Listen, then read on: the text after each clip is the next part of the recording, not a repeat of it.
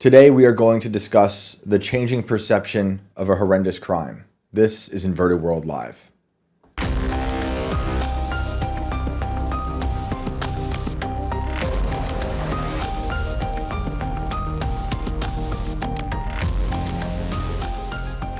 What is up, everybody? Thank you for joining us. We're glad you're here. We have a great show today. I am your host, Shane Cashman. I am joined by Alex. How are you? Hey, how's it going? What's up?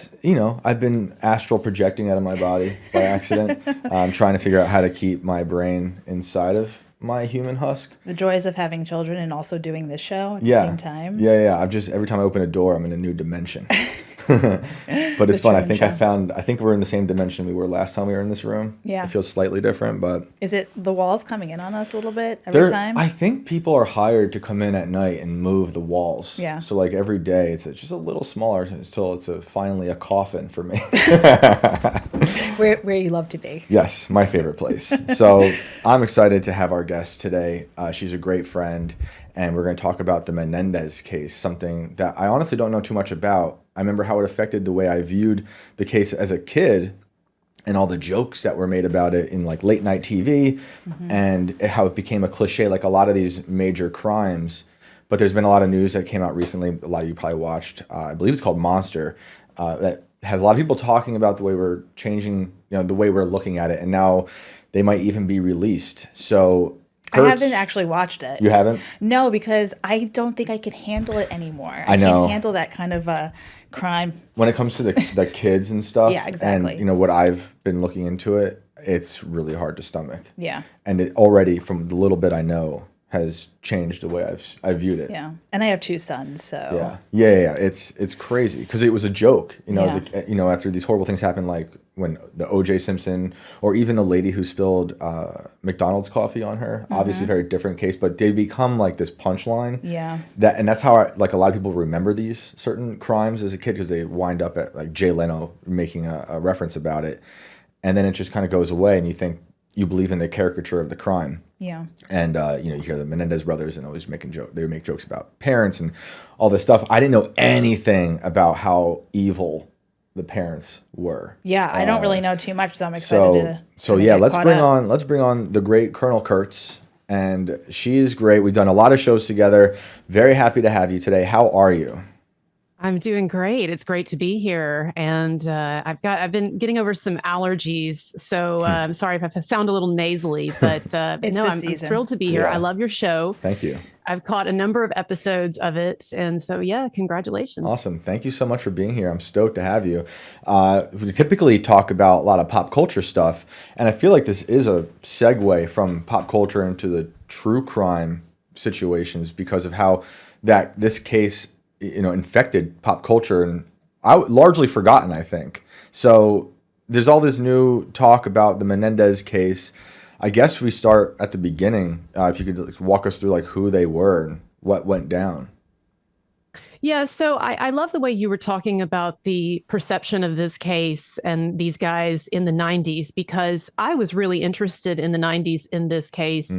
Even as a precocious child, I was really into news and true crime. You can probably relate to some of this. Yep. And I remember, like you, that it was widely assumed in the media, certainly late night television, really among almost everyone, that these were a couple of spoiled, bratty rich kids who had been given everything in life, and they had repaid their parents for that generosity and love by blowing them to smithereens. Right. And so what happened was when the trial began and their attorneys helped them to bring out this sexual abuse defense, it was not taken seriously. It was widely seen as a legal concoction to try to get them off the hook. And so when that first trial ended in a hung jury, and it was discovered, it came out that the jury hung because of all the women on the jury. In fact, there was a gender split. The men thought the abuse defense was ridiculous, and the women felt really bad and empathetic for these guys. Right. So there was a hung jury, the men basically one way, the women the other. And the jury was widely lampooned at the time and derided for being so stupid as to believe this half-baked sexual abuse story. Wow. And so then what happened was there was a second trial, and the second trial was presided over by the same judge, which I'm not an expert on the justice system, but doesn't that seem crazy to you? Yeah. Totally crazy. And so what happened was the judge, he had been also so lampooned and derided in the popular culture and the media for letting the first trial turn into a freak show, a circus, that he decided he was going to just basically not allow the sexual abuse defense or narrative more or less into the second trial. Wow. And so what happened is basically the jurors were put in a position where they couldn't go the manslaughter route. And so they had to basically find these guys guilty of murder, capital murder, and they almost got the death penalty, just narrowly escaped that. Wow. So the story went away for a long time. And I didn't give it any thought. I assumed that they got what they deserved. But then I'd say about in 2017 or 2018, I happened to catch a documentary, an A&E documentary titled Eric Menendez Tells All. And it was a multi-part documentary and interview, not only with Eric Menendez, so the younger Menendez brother, but also people who had known and worked with Jose Menendez, their father, and even relatives, even the sister of Kitty Menendez, his wife, one of the victims. And I was shocked to find out that there was actually a great deal of evidence, testimony, and really strong indications that, in fact, these guys had been terribly abused by their father, and also to a degree by their mother, who I think had borderline personality disorder and herself was full of terrors, frankly. And so, and I guess that in the first go around in the 90s, because I was a kid, I didn't really understand the gravity of the sexual abuse being described in the first trial. And so this time in 2017, when I saw this documentary, it really brought it home for me, because I thought to myself, my God, this is the worst kind of abuse. We're not even talking in this about allegations of inappropriate touching, which that's not good either, right? That's a molestation and assault. We're talking about the repeated sodomy of children and torture, and really just unbelievable sustained torture in that house. It was, I mean, the story is crazy, and we can get into the details just so people, like, it's worth knowing just how evil this father was, according to the kids. But where was the mother? Let me say one more thing, Oh, Shane, yeah, go for it. because we're going to get into these stories about the dad and the family, and I want people to understand.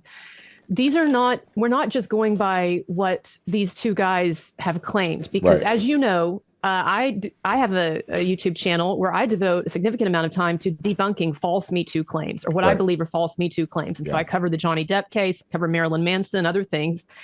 And so I am not one to believe all accusers. Right. But it is astounding the number of people that have come out and said that Jose Menendez was possibly the worst human being they'd ever met in their life. In fact, in this documentary that I was telling you about, this A&E documentary, they interview some of his coworkers.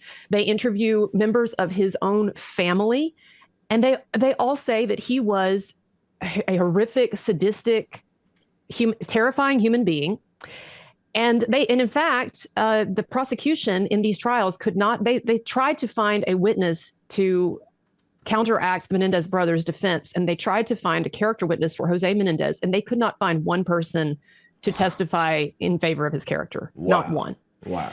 So, and also there's other corroborating evidence besides testimony. There is a letter that has come to light that was written by Eric Menendez 6 months before the murders. It has been verified.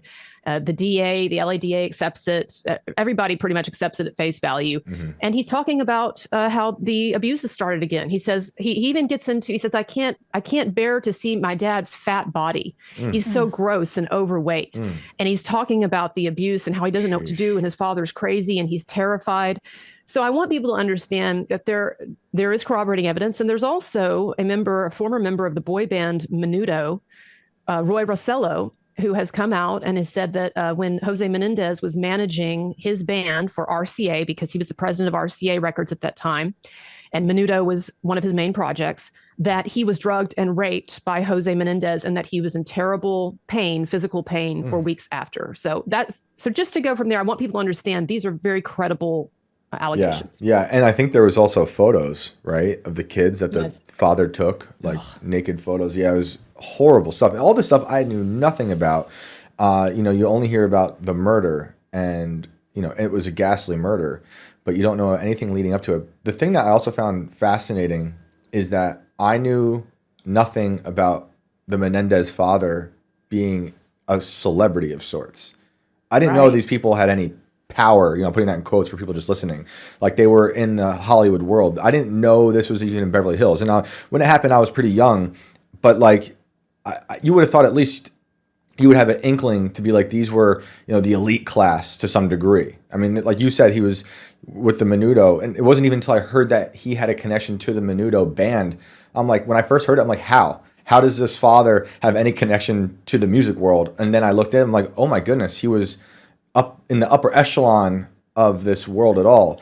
What do you make of that? Because it's interesting that we're hearing this new perception now, and it's really caught on while the stuff like the Diddy stuff is going on, you know? And there's a lot of weird similarities. Because I heard that the father, maybe correct me if I'm wrong, but someone said the Menendez father gave him like a drink of wine, and the wine screwed them up. That's Roy Rossello. That's the Menudo guy. Oh, that's the Menudo guy, which is odd. You know, it sounds a lot like the accusations they're saying about we're going on at the Diddy parties.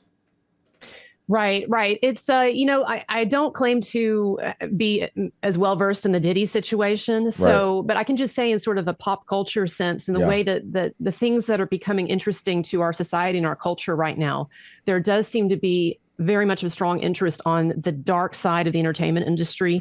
And this idea that underneath the veneer of like the cool parties and the fun, fast lifestyle, that in fact, there are these dark things sort of, you know, slithering around, kind of like, you know, the title of our program here, Inverted World, that there is this dark side. And people have always known this. I mean, you can go back and read stories, you know, from the early days of the film industry. Horrible things were happening. But I will say this also about Jose Menendez. So he apparently was a man of incredible drive and determination, and extremely successful in business. He had once been the president of Hertz. In fact, he hired O.J. Simpson to do those famous Hertz commercials. And when the Menendez brothers were being held in the LA County jail awaiting their trial, they actually spoke with and hung out with O.J. Simpson a bit and helped to convince him to drop Robert Shapiro as his attorney, by the way, because they had Robert Shapiro as their attorney and they'd not had a good experience. But anyway, I digress. That's crazy. But the point is, Jose Menendez, he had achieved a great deal.